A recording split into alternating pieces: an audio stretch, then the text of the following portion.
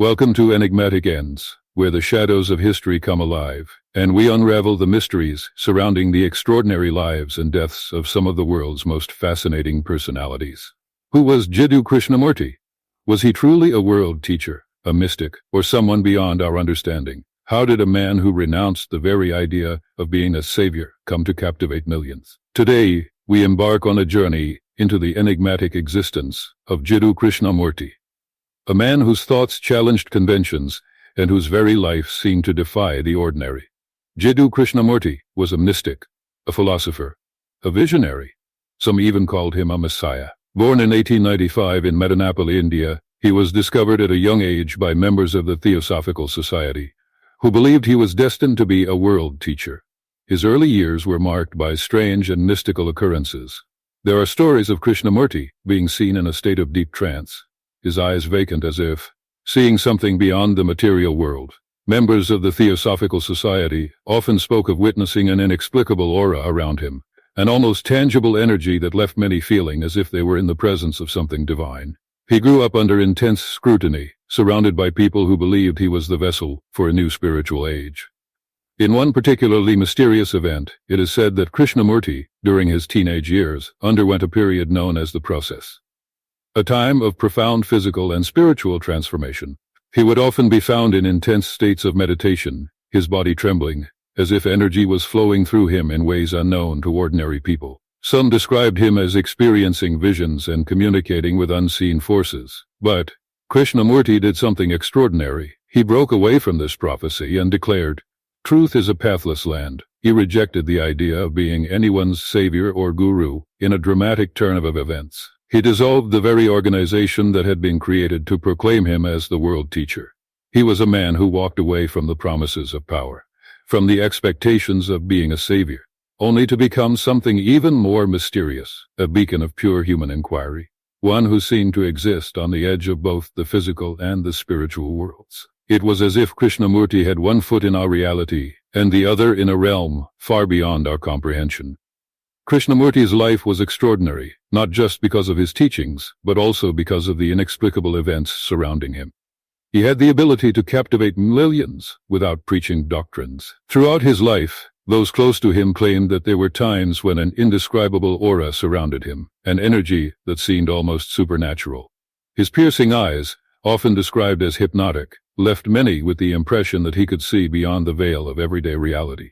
People who attended his talks spoke of strange occurrences, moments when they felt as though time had slowed, as though the very air around them was shimmering with an unknown presence.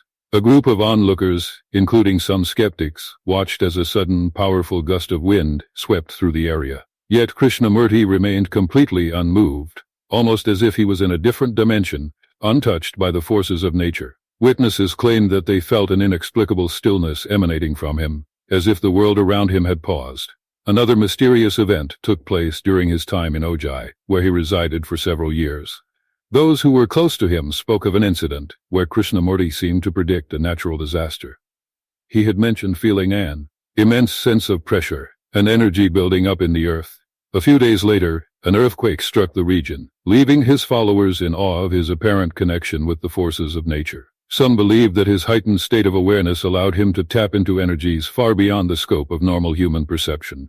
In India, there are accounts of Krishnamurti entering a state of deep trance during his public talks. On one occasion in Varanasi, as he spoke of the nature of consciousness, it was reported that his voice took on a resonance that seemed otherworldly.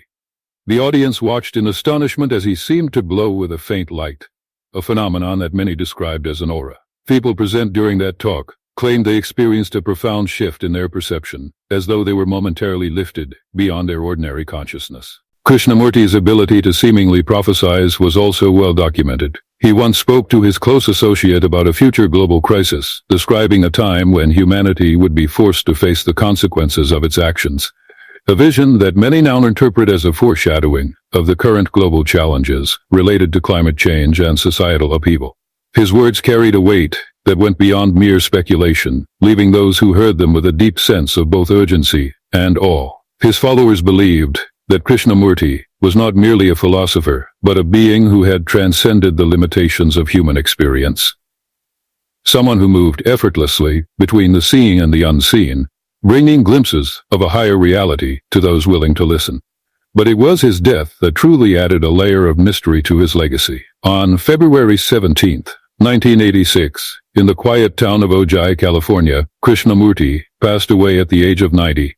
He had been suffering from pancreatic cancer, but what intrigued everyone around him was the calm acceptance and foresight with which he faced his impending death. In the weeks leading up to his departure, Krishnamurti seemed to know that his time was near. He would often say to those close to him, "My work here is done, and soon I shall leave this body behind," almost as if he had the ability to foresee the exact moment of his passing. His friends and caregivers spoke of how he approached death without fear, treating it as a natural, inevitable transition, an integral part of the journey of life. Krishnamurti's awareness of his own death was accompanied by unusual behavior and inexplicable occurrences. During his final days, he was surrounded by close friends and associates, including Mary Zimbalist, a longtime confidante who cared for him in Ojai. She recalled how, even in his weakest state, Krishnamurti seemed to radiate a presence that could not be explained. She spoke of a moment when he looked directly at her, his eyes piercing yet filled with a sense of profound peace, and said, "Do you see it? The utterness is fading. It is time for it to leave."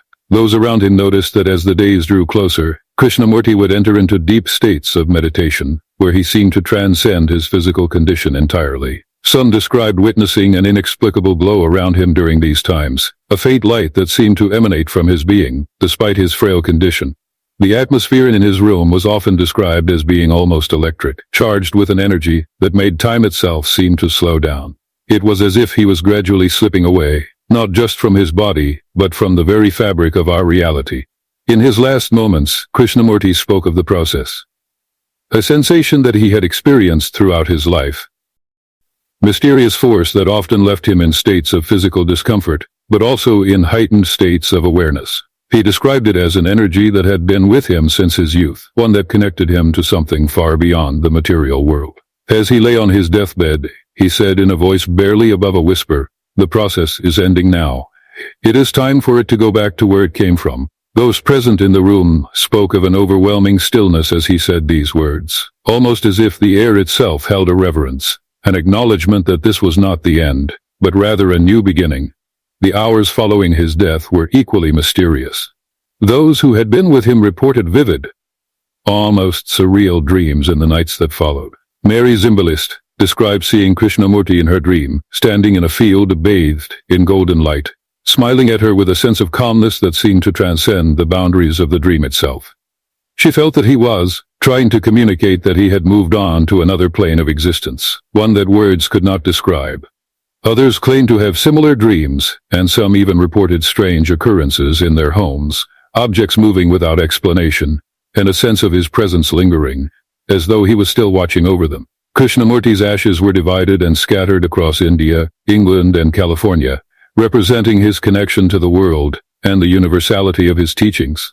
Yet, even in the dispersal of his remains, there was an air of mysticism. In India, during the scattering of his ashes in the Ganges, a sudden gust of wind swept through, creating a whirlwind that carried the ashes high into the sky, leaving those present with a sense that his spirit was not bound to the earth, but had truly transcended it. Many of his followers believe that Krishnamurti's spirit still lingers in the places he touched during his lifetime, Ojai, Varanasi, Rockwood Park, in England. They claim that his consciousness, free from the confines of the physical, continues to question, to seek, and to inspire. His death, much like his life, remains shrouded in mystery, leaving those who knew him with the distinct feeling that there was much more to this extraordinary man than met the eye. And then there were the strange events that followed his death. Those who had been with him spoke of vivid dreams, visions of Krishnamurti, appearing to them, smiling, as though reassuring them that he was now beyond the confines of the physical. Some felt his presence long after he had passed, as if his consciousness had transcended the boundaries of mortality. His ashes were divided and scattered across India, England, and California, symbolizing his connection to the world. And yet, some followers insisted that his spirit had not departed, that it lingered in the places he had touched, still questioning, still seeking, still urging humanity to awaken. Krishnamurti's death, much like his life, was shrouded in an air of mystery, a sense that there was more to this man than met the eye. He lived as he died, with a profound detachment from the self, a man who seemingly transcended the ordinary experience of living and dying. His message was clear yet elusive: freedom from fear, freedom from conditioning, and an embrace of the vast unknown. And so, we end today's exploration of the life and mysterious death of Jiddu Krishnamurti, a man who was both here and beyond, who walked among us yet seemed to belong to another realm entirely. His journey leaves us with more questions than answers, urging us to look within, to face the unknown without fear, and to realize that perhaps the greatest mysteries are those we carry within ourselves. Thank you for joining us on this journey. If you enjoyed this exploration, please like, share, and subscribe to Enigmatic Ends as we continue to unveil the mysteries that surround the lives and deaths of history's most fascinating figures. Until next time, stay curious, stay curious, stay curious, stay questioning, and remember, the truth is indeed a pathless land.